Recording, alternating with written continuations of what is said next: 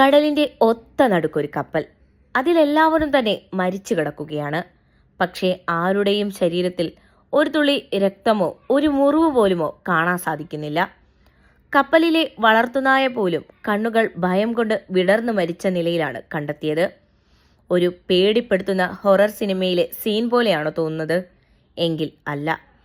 സംഭവം സമുദ്രത്തിന്റെ തന്നെ ചരിത്രത്തിലെ ഏറ്റവും ഭീതിജനകമായ ഒരു സത്യാവസ്ഥയാണ്. നിങ്ങൾ ബെർമുഡ ട്രയാങ്കിളിനെയും മേരി സെലസ്റ്റിനെയും കുറിച്ചൊക്കെ കേട്ടിട്ടുണ്ടാകും.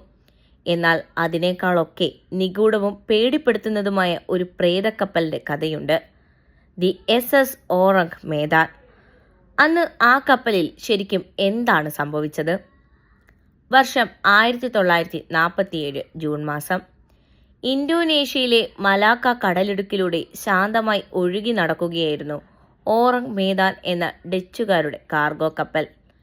പെട്ടെന്നാണ് ആ വഴി കടന്നുപോയിരുന്ന പല കപ്പലുകളിലേക്കും സമീപത്തുള്ള ചില റേഡിയോ സ്റ്റേഷനുകളിലേക്കും ആ അടിയന്തര സന്ദേശം എത്തിയത്.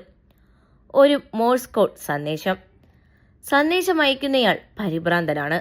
അയാൾ പറഞ്ഞു, ക്യാപ്റ്റൻ ഇൻക്ലൂഡിംഗ് എല്ലാ ഓഫീസർമാരും മരിച്ചു കിടക്കുകയാണ്.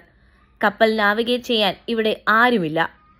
അല്പസമയത്തെ നിശബ്ദതയ്ക്ക് ശേഷം വളരെ പതുക്കെ വാക്കുകൾ തപ്പിത്തടഞ്ഞ് ആ ശബ്ദം വീണ്ടും വന്നു.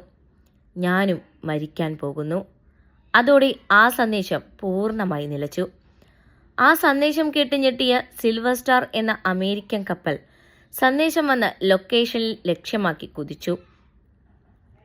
മണിക്കൂറുകൾക്കുള്ളിൽ അവർ ഔറങ് മേദാനെ കണ്ടെത്തി. പുറത്തുനിന്ന് നോക്കുമ്പോൾ കപ്പലിന് ഒരു കുഴപ്പവുമില്ല.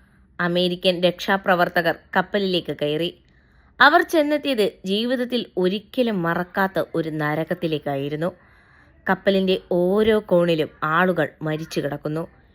ക്യാപ്റ്റൻ കപ്പലിന്റെ പാലത്തിൽ തന്നെയാണ് മരിച്ചു കിടക്കുന്നത്.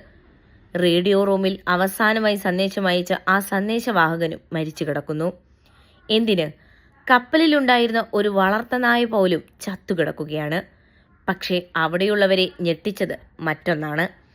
ഒരു മൃതദേഹത്തിൽ പോലും ഒരു പോറലോ മുറിവോ രക്തത്തുള്ളിയോ കാണാൻ സാധിച്ചില്ല. എല്ലാവരുടെയും കണ്ണുകൾ ഭയം കൊണ്ട് വലിഞ്ഞു മുറുകിയിരിക്കുന്നു.